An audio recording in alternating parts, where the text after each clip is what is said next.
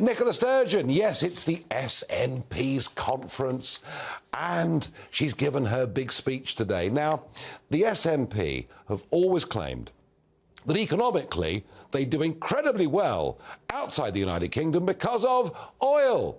Here was Alex Salmond saying just that 10 years ago. In some ways, Scotland dominates the budget because the only source of revenue that he's been able to call on to do what he wants to do is from Scottish oil revenues, which are now forecast to be £13.4 billion, about £3,000 a head for every man, woman and child in Scotland. And that's the only source of big revenue, because that's the highest total ever from the North Sea, from Scotland's resources, which he's using to make a minor reduction in fuel tax. And without that, he wouldn't have a budget. The Chancellor of the Exchequer would be left totally at sea without Scotland's oil revenues.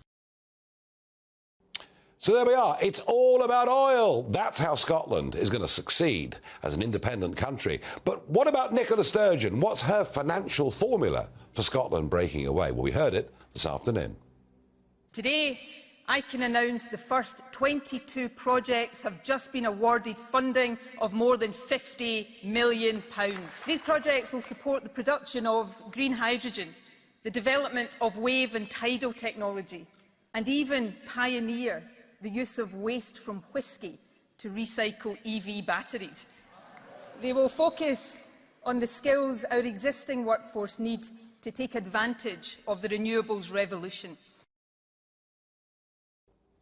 So there we are. She's going to build wind farms everywhere and Scotland's going to be rich. Haven't you noticed, Nicola Sturgeon? The country, the United Kingdom, is in a deep crisis because we're not energy independent and the lights may well go out in February, something I'll cover tomorrow in more depth. And she says that she detests everything the Conservatives are and they stand for. Well, I have to say, having met Nicola Sturgeon personally, I can quite understand why some might detest her. Her plan is moonshine. It isn't going to work, and Scotland actually isn't going to leave the United Kingdom.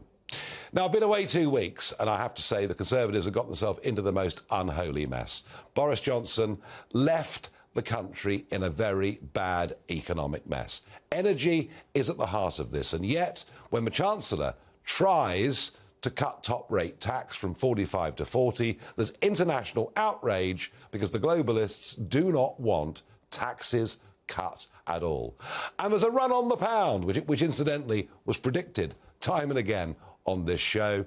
Trouble in the gilts market, and it wasn't because of a small tax reduction, which in financial terms was dwarfed by energy bailouts and COVID bailouts. But Liz Truss and Chancellor Kwasi Kwarteng lost their nerve. They've U-turned.